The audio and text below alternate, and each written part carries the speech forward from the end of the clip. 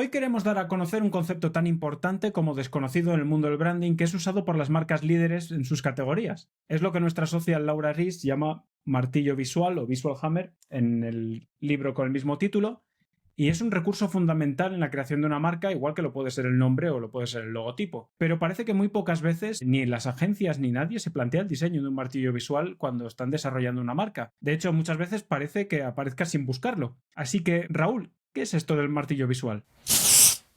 Marca la Diferencia es el primer podcast sobre posicionamiento de marca en español, con Raúl del Río y Alex Agut. El martillo visual es un recurso que acompaña a la marca y que el objetivo primario es diferenciarla de las restantes marcas. Es utilizar algún tipo de recurso visual, de color, de forma o lo que sea, como primer objetivo poder diferenciar esa marca de sus competidores. Es interesante y es muy efectivo, en primer lugar, porque representa una identificación inmediata. Es decir, conecta directamente con el área intuitiva de la toma de decisiones y no necesita reflexión, no necesita lectura, no necesita nada. Se cruza la imagen que hay en la mente con la imagen que se ve representada. Y en segundo lugar, de alguna forma hace es representar ese mito que hablábamos, ser la representación mágica, la representación gráfica de ese mito de la marca. Como ejemplo, podría poner el morterito Chovy, que lo tengo aquí. Esto es un Visual Hammer, o sea, no es el logotipo de Chovy, pero cuando tú ves el morterito amarillo no hay más discusión. Tú ves que esto es el Aioli Chovy. Aparte le puede dar bastantes atributos, como si está dentro de un morterito, parece más auténtico, más artesanal, ¿no? Aparte esto le permite distinguirse en el lineal fácilmente de los demás Aiolis. Y además, como decía un amigo mío, no pide pan.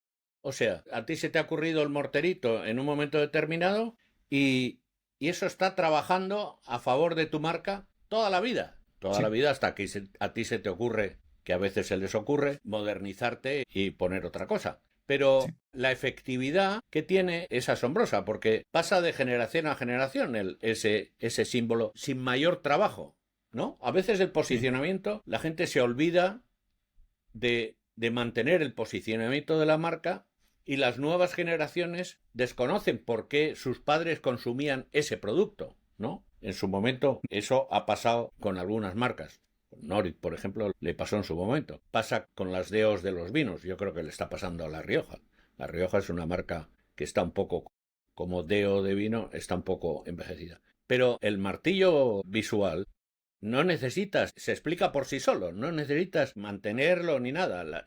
La nueva generación lo ve y ya sabe automáticamente de qué estamos hablando, ¿no? Ese martillo visual puede aportar diferentes características y puede servir para diferentes cosas. Y una cosa no excluye la otra, puede servir para varias cosas, ¿no? Es decir, puede en algunos casos aportar imagen. El otro día hablábamos de Manolo Base, que utiliza una caja para que pueda regalar manolitos, que le sitúa de alguna manera en imagen a nivel de las grandes pastelerías que utilizan la misma técnica de difusión del producto, ¿no? Igualmente, no solo aportarla, sino mantenerla. Cuando una bolsa, por ejemplo, de compra de Hermès, ¿no?, que identifica perfectamente dónde has estado comprando, tiene un nivel de calidad en todo lo que hace que es equivalente a la calidad que tiene el producto. Sí. Y a veces lo que tiene que hacer es tener más calidad, si es posible.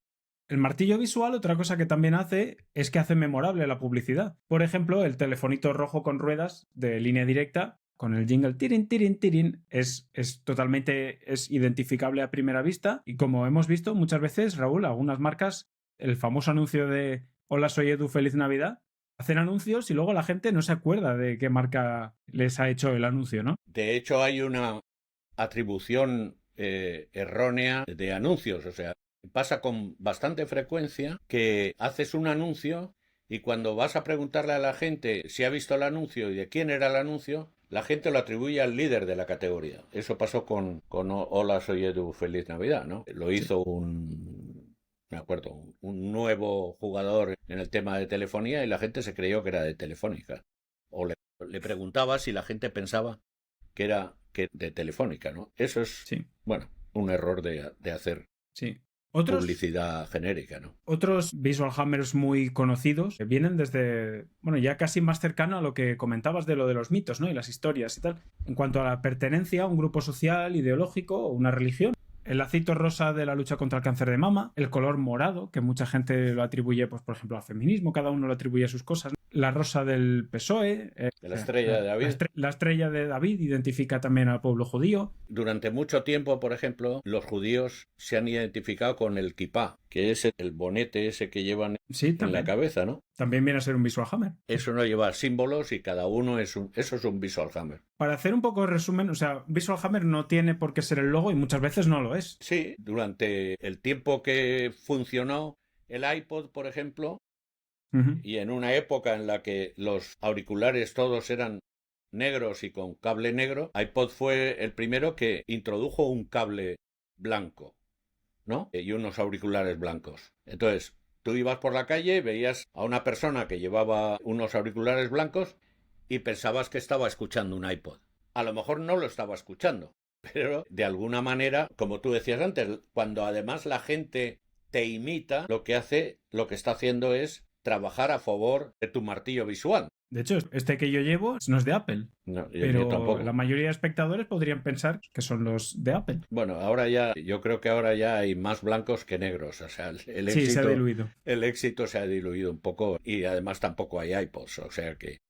Pero lo que habías dicho tú de que no pide pan. Cuando tú ibas por la calle y a lo mejor veías a 3 millones de tíos con los auriculares blancos, a lo mejor el 60% no eran de Apple, no. Pero inicialmente el distintivo fue que si eran blancos eran de Apple. Todos esos auriculares blancos le estaban haciendo publicidad a Apple. Incluso te puedes encontrar con atribuciones erróneas. Yo recuerdo que Chupa Chups se hizo muy, lo que hoy llamaríamos viral, cuando Johan Cruyff, que era entrenador del Barcelona, el médico le prohibió fumar, tenía problemas pulmonares, el médico le prohibió fumar y el tipo se presentaba en cada partido del Barça, en el sitio ese donde se pone el entrenador, con un saco, literalmente un saco, de Chupa Chups y repartía Chupa Chups entre los jugadores, entre los asistentes y tal. Y se pasaba todo el tiempo con el Chupa Chups en la boca en vez de pitillos. Eso fue un trabajo de relaciones públicas para Chupa Chups, que obviamente le debía regalar los sacos de Chupa Chups. Yo se los hubiera regalado, desde luego. Pero fue curioso que... no sé si eso coincidió en el tiempo. Otro trabajo que hizo involuntario de relaciones públicas para Chupa Chups lo hizo una serie americana que se llamaba Koyak, de un policía que se pasaba el día con un Chupa Chups en la boca. Ese palito que sobresalía así, para los españoles era un Chupa Chups. Y para mucha gente a nivel mundial era un Chupa Chups. Y no lo era. Era una marca de Chupa Chups exactamente iguales, redonditos y tal, una marca de Chupa Chups americana que se llama Tootsie, ¿no? Porque obviamente el Koyak usaría la marca del lugar, ¿no? Entonces, el tener algo distintivo, ¿no? Y además ser el capo de la categoría te aporta beneficios totalmente inesperados, ¿no? La gente piensa lo que le da la gana. Uno de los visual hammers más deliberados e inteligentes que hay, yo creo que son los arcos de McDonald's. Cuando antes los locales de McDonald's tenían una enorme al lado del local, ahora ya no hace tanta falta. Lo que han visto es que es muy potente tener la M amarilla de McDonald's flotando en el aire, retroiluminada, y que cuando tú pasas por el coche por la noche por cualquier sitio que haya cerca un McDonald's, ves esa M amarilla en el cielo y es como que te está diciendo, oye, aquí estamos para ti. Y es totalmente reconocible, no hace falta que pongan el nombre y sabes lo que hay, sabes dónde está. Yo creo que es uno de los usos más deliberados e inteligentes que hay de un visual hammer. Otro visual hammer, por ejemplo, muchas veces es el envase. Igual que hemos hablado del morterito de Chovy, podríamos hablar de las botellitas de Heineken. Cuando todo el mundo hacía la botellita de cerveza de color marrón y así estirada, más esbeltas, Heineken hizo una más chaparrita y verde. Y eso les permitió distinguir la marca. El azul de Solán de Cabras, por ejemplo. El azul de Solán de Cabras. Tú me dijiste que, ¿no? Hubo una empresa que empezó a usar el amarillo y todas las marcas empezaron a usar el amarillo. Y de repente, Solán de Cabras. La primera marca de agua famosa a nivel nacional, porque me imagino que hace hasta un momento determinado las marcas de agua eran marcas locales, como las de gaseosa, ¿no? Entonces, localmente había una marca yo qué sé, gallega, incluso a lo mejor de Coruña, otra de Castellón y otra de...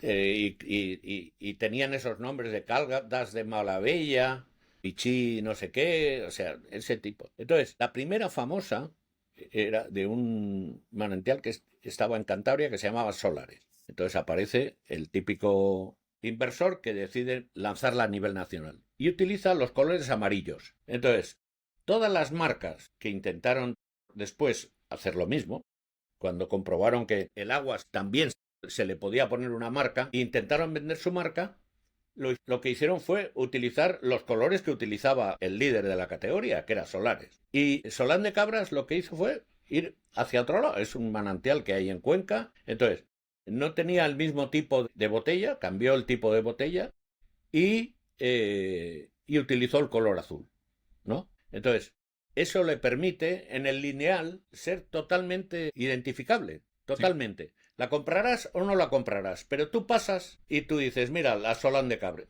No lo necesitas decir, lo identificas, sí. Sabes que acabas de pasar por Solán de Cabras.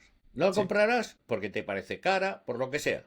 Pero tú sabes que acabas de pasar. Pasas por al lado de Bezoya y no tienes... Si no te paras a mirar la etiqueta, no sabes que estás pasando por Solán de Cabras. Lo que tú decías antes del morterito. Uno de los factores importantes del Visual Hammer es que te hace perfectamente identificable en el lineal. Pero no sucede en todas las categorías. Hay categorías donde tú, lo que te acabo de decir del agua, ¿no? Tú entras en el agua y Solán de Cabras está ahí. Otro tipo de... que tenéis que conseguir este libro, que está muy bien. Saludos a Laura Ries desde aquí. Un tipo de Visual Hammer que comenta ella en un capítulo que me gusta mucho y creo que es mi favorito, es cuando se usa un Visual Hammer relacionado con una acción y que la acción viene a evocar un concepto que tú quieres meter en la mente de la gente, ¿no? Por ejemplo, en los Tetra Bricks de Tropicana, una marca de zumos, una forma de transmitir a la gente que era un zumo 100% natural, tenían el dibujo de una naranja que tenía clavada una pajita. Es como, no puede ser más natural que directamente estar bebiendo el zumo directamente desde dentro de la naranja, ¿no? Ese es uno de mis favoritos de Visual Hammers. Y otro que es tremendo, el otro día hablabas de Geox, lo del zapato que respira. Había un anuncio en el que veía que estaba el Geox dado la vuelta, el zapato, y por la suela, hacia arriba, estaba echando vapor como si fuese una plancha de estas de planchar la ropa. Y es muy gráfico porque, claro, miras y respira el zapato que está echando todo el vapor así de fuerte. Eso es muy... Geox lo ha usado mucho en publicidad y la verdad que claramente transmite el posicionamiento de una manera absoluta y muy clara, ¿no? Yo creo que es interesante que la gente le eche una pensada a este tema, es decir, ¿qué tipo de imagen puedo utilizar que complemente lo que yo soy, ¿no? Que me reafirme, por ejemplo, si tú decías antes, si pretendes transmitir la idea de que eres natural, hecho como antiguamente, etcétera, algo por el estilo, necesitarás que tu envase diga algo en ese sentido. Un Visual Hammer raro porque en política no es nada frecuente el tener Visual Hammers. Se conforman con los colores y con los logos. Es el que se creó alrededor de la ceja de Zapatero, que no sé si fue, sé que fue espontáneo, porque no fue una cosa, a alguien se le tuvo que ocurrir, claro, naturalmente, ¿no? Pero creo que nació, si no recuerdo mal, de la oposición, es decir, los que se oponían a Zapatero empezaron a llamar a los seguidores de Zapatero, que eran artistas, actores, cineastas, etcétera, cantantes, empezaron a llamarlos los de la ceja o algo así. Y entonces, sí, me acuerdo, los tipos cogieron la idea y cuando salían a hacer alguna propaganda, a hacer propaganda de Zapatero, pues ponían el dedito así y era cachondo, la verdad que era muy cachondo. Buen ejemplo de Visual Hammer. Vemos que no era un logo, el logo del PSOE no. Era la rosa, eso es otra cosa. Claro. Lo que pasa es que se te dura lo que dura Zapatero. Y luego lo que sucede es que, como decimos muchas veces, al final el que manda es el público. Es decir, a ti se te ocurre una cosa y cala o no cala. Y a veces cala por el lado que tú no quieres, ¿no?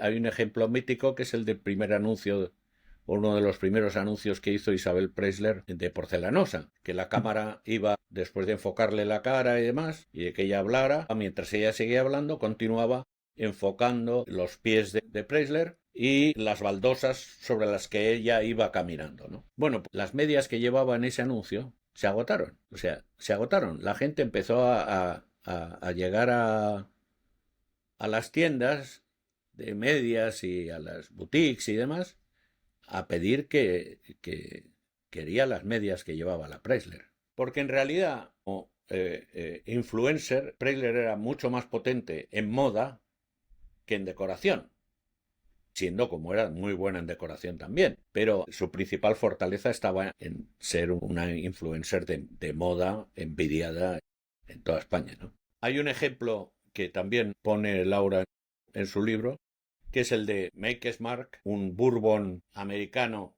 de Kentucky, que Kentucky aparentemente es la cuna del bourbon, ¿no? Que utiliza un tipo de botella diferente y además con una cobertura de lacre rojo, digamos que el lacre es un elemento que hoy día prácticamente se usa muy poco, ¿no? Y que le da esa imagen de hecho como en los viejos tiempos, ¿no? De tradicional, artesano, etc. Lo mismo sucede con tú decías ahora, del morterito, ¿no? Lo que el morterito transmite es autenticidad, como se hace la aioli. La aioli se hace con un mortero. Está contándote mucho esa imagen. A veces no tienes esa suerte, no tienes la suerte de poder utilizar elementos tan claros. Sí. Pero yo creo que es muy importante el reflexionar sobre ese aspecto y el utilizar ese tipo de herramientas como complemento, ¿no? Uno que me parece genial es la lima en la botella de Coronita. También me llama mucho la atención el tema del Visual Hammer en la ropa. La ropa, en el calzado. ¿Qué nos puedes contar al respecto, Raúl? Bueno, yo creo que la utilización de un logo en la ropa, directamente el logo, no es un Visual Hammer. O sea, un Visual Hammer, por ejemplo, es la hebilla de Ferragamo. Ferragamo utiliza una hebilla que posteriormente yo creo que ha incorporado en el logo, pero utiliza una hebilla que diferencia sus zapatos, partida por la mitad o no, como sea.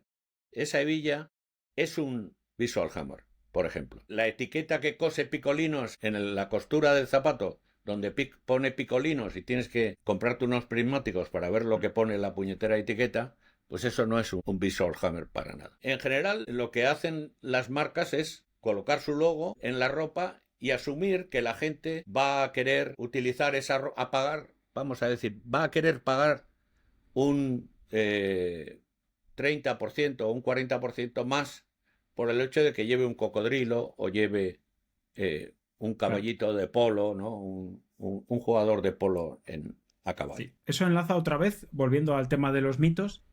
Eso funciona tanto en cuanto el resto de la gente identifique también inmediatamente ese Visual Hammer, porque al principio va a costar, pero lo importante, como en muchas otras facetas del branding, es la constancia. O sea, si tú usas siempre la misma cajita, el mismo color, el mismo morterito, si eres constante a lo largo del tiempo, eso va a quedar ahí en la sociedad y la gente lo va a reconocer a simple vista. Que pueden comprar o pueden no comprar, o al menos saben que forma parte de su universo y tal y reconocen la marca. Lo que es curioso es cómo las marcas, que ya lo hemos dicho otras veces, cómo nacen determina cómo crecen. Entonces, por ejemplo, Lacoste y el cocodrilo nace como un Nike y hace zapatillitas, sudaderas.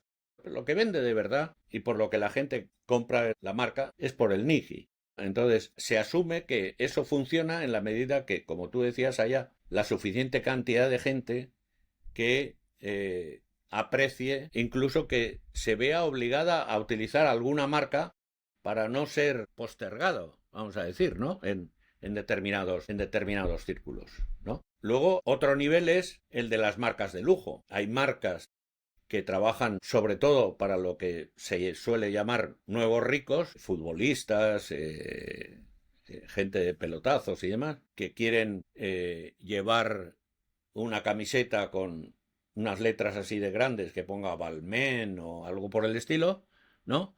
Porque piensan que eso demuestra que tienen 500 euros para poderse gastar en una camiseta. Está bien, pero en general las marcas de lujo suelen ser bastante más sutiles. La marca que vende los bolsos más caros y que Si te quieres comprar uno de ellos, a lo mejor tienes que hacer una cola de 3 años, que es Hermès. Hermès no pone su carricoche en gigante en la puerta. Yo he visto camisetas de Ralph Lauren que el caballista llegaba desde la clavícula hasta el ombligo. Entonces tú... El nuevo rico. Lo miras, un amigo tuyo lleva uno de esos, ya luego te digo quién es. Entonces es una cosa que le aporta, obviamente, eso implica que esa imagen visual le aporta al usuario, le aporta algo le tendría que aportar, si no, no estaría dispuesto. Un estatus. Está intentando transmitir un estatus a través de un símbolo que para mucha otra gente es de una categoría superior a lo que ellos normalmente llevan, ¿no? Pero estás hablando de los ricos y tal, yo la gente que conozco con más pasta, y conozco bastante gente con mucha pasta, casi es inversamente proporcional. Cuanta más pasta tienen, menos lo dirías. O sea, son gente por lo general bastante discretos. A lo mejor visten bien con o igual van con vaqueros y una camiseta y tal, o igual van con un traje, ¿no? Pero que no van... Sí, pero que no es como un consultor de Accenture. Por ejemplo, un consultor de Accenture, sí, bueno, iba a decir una cosa que es políticamente incorrecta ahora lo de... Mi abuela decía que... Sí, en realidad no tiene mucho que ver con lo que estamos hablando. Hay mucha gente que dice, nah, ese tío que lleva esos relojes que parecen armas de destrucción masiva, esos relojes y esos logos y esas cosas y tal, que son unos horteras. Y yo sostengo que no son horteras. Ellos saben perfectamente que pueden ir a un sastre, porque tienen dinero de sobra, que les haga un traje discreto, elegante, que parezcan James Bond, ¿vale? Pero eso no les interesa, porque a ellos donde les interesa que la gente vea el dinero que tienen es en su círculo. Y su círculo lo que aprecia es el Lamborghini. O sea, tú te presentas con un pullover de Loro Piana de 2.000 euros y en un Fiat 600 y eres un desgraciado. Fíjate, cuando los españoles emigraban a América, a Cuba, Argentina, etc., y se hacían ricos, volvían a su pueblo y se hacían una casa en el pueblo. Esas casas de indiano que llaman en el norte de España, esas casas de indiano es del tío que volvía y se hacía una casa en el pueblo, porque él no le interesaba triunfar ya había triunfado en México o en Cuba. Sí. Lo que quería era que los de su pueblo vieran que había triunfado. Entonces, alquilaban coche, que le llamaban un Aiga, porque decía, ¿qué coche quiere alquilar? El más grande que haya. Y entonces esos coches americanos grandes les llamaban Aiga, ¿no? Entonces, el tipo iba a su pueblo, porque con quien le interesaba triunfar era en su pueblo. Nuestra única patria es la niñez, y ahí es donde tú has sido pequeño, es donde tú quieres volver y que toda la gente vea que... Entonces, lo mismo pasa con los nuevos ricos. Los nuevos ricos lo que quieren es triunfar dentro de su círculo, de la gente que los ha conocido cuando no eran ricos. Entonces, vuelven a su barrio, a Vilanova y la Geltrú, y entonces ahí es donde ellos quieren ostentar. Y la manera de ostentar es muy simple, es bolso Louis Vuitton, o sea, todo lo que sea más ostentoso posible. Pero hay un mercado para eso. Y las marcas... Y las marcas lo utilizan y hacen bien en utilizarlo. Hay que contentar a todo tipo de consumidores que también son hijos del Señor. Pues bueno, ya hemos explicado este concepto que, como hemos dicho antes, creemos que es tan importante como desconocido en el mundo del branding. De hecho, si vas a cualquier agencia de branding y te hacen un branding book y tal, estoy 100% seguro que no te van a hacer un Visual Hammer ni lo van a pensar. Así que, ya que ellos no lo van a hacer, ahora que ya conocéis el concepto, comprarle este libro a nuestra socia Laura Riz. No nos llevamos un duro, por desgracia, aunque lo tendríamos que hablar con ella. Y si repunta las ventas, que nos dé algo. Y nada, pues ahora que ya conocéis el concepto, aplicadlo y nos vemos en el siguiente episodio. Bueno, chao, Raúl. Muy bien, chao.